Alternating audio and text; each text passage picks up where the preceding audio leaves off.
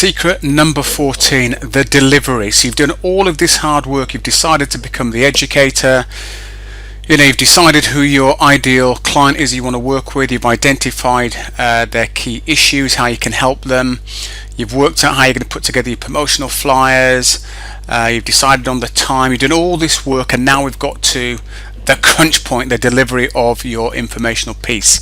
So I'm going to guide you through some things that I would highly recommend you do. First of all is a structure of your informational, your educational piece. Now, I always like to take the questions up front about the presentation. Let me explain why I do that and why it makes sense to do that.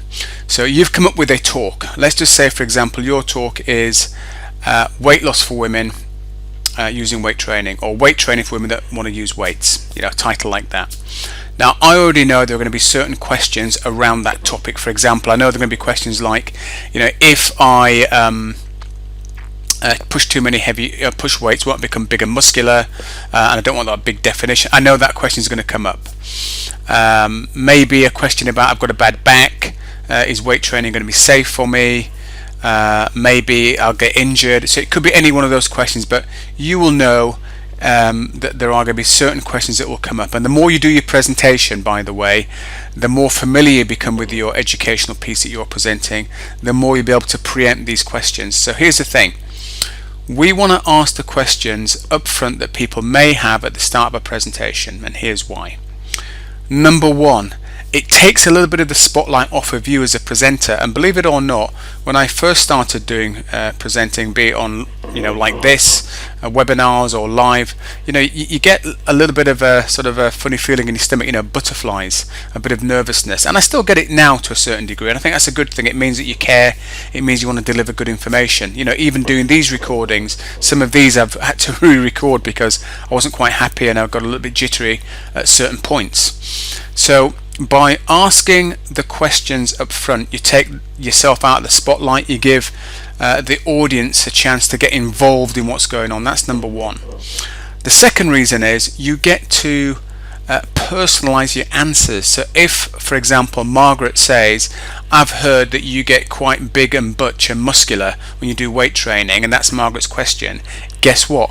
When you get on to dealing with that particular myth that there is around weight training for women, you can then reference Margaret and say, Margaret, as you asked earlier, and you can reference her, and you can do that with any number of questions that come at you where you remembered people's names. So now the presentation is being personalized for that individual, and the rest of the audience feel as though you've been really inclusive, which is a good thing. And then the third reason is to do with how you end your presentation. And I'll get onto that in a second, close on a high. But you don't want to be ending your presentation answering a question on weight training, should I be lifting 2 kg or 4 kg? The purpose of your presentation is to give people good information. That's the key thing. They must get good information.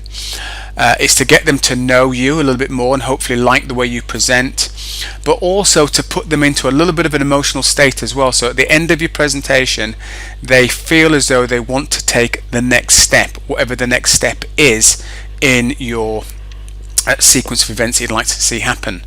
So that's how I would structure it. But if you end up answering questions at the end of your presentation, having ended and got them in an emotional state, it's going to die a death. It's going to be awful. It will just take all the energy out of the presentation there and then. The other thing you want to do in terms of your structure is right in the beginning, you want to be saying to them, I'm going to be delivering information, take the questions, take those questions and thank them for the questions, but also say at the start of your educational piece, at the end of my presentation, I will be giving you the opportunity to find out a little bit more about how you can work with me for those people that are interested at the end. But if you're not, when the presentation ends, I'll give you the opportunity to leave and I'll just speak to those people that would like a bit more information. And why is it important to say this at this point? It's important for this reason. If you go through your presentation and you get them all in an emotional state and everyone's sort of really buying into what you're saying, and then you go into, and this is how I work, there can feel like a disconnect. It can feel like a disconnect for you as well. You've gone from being this educator to suddenly now you're trying to sell them on something. Whereas if you tell them in the beginning that is what you intend on doing, then you are still the educator, because you said in the beginning, at the end I'm going to explain to people who are interested how I work with people. So it's now a smooth continuation and you're still in educational mode. Hopefully that makes sense. So that's the structure of how you get the thing started. Things you want to have there are support materials. I mentioned those before. So if it's an online event, they can download something, a PDF that you can create. Hasn't got to be anything elaborate, just something with a simple cover and a couple of pages or a page, depending on how in-depth it is, the information that you're delivering, but something quite simple. If it's a live event, again, nice cover and a second page with some notes for them to take. And if it is a live event, you may want to say in any email communications going out, please bring a pen that you can write with. I used to have pens and a little mill board that they could rest on, because inevitably people forget to bring things. But having support materials means that they can get involved in what's going on. Busy hands writing stuff keep people engaged, keep them in the room. If people are just sat there and they're not engaged with what you're presenting, that they'll leave. And then I've put there number 3, close on a high, and that goes back to the structure. So as long as you've structured your presentation correctly and you answer the questions up front, you can end your presentation in exactly the way you want to end it. And that might be with a story, a case study, a testimonial. Any way you want to end it, you can end it on the high, because you have answered the questions that people had right at the start and throughout your presentation. Hopefully that makes good sense to you.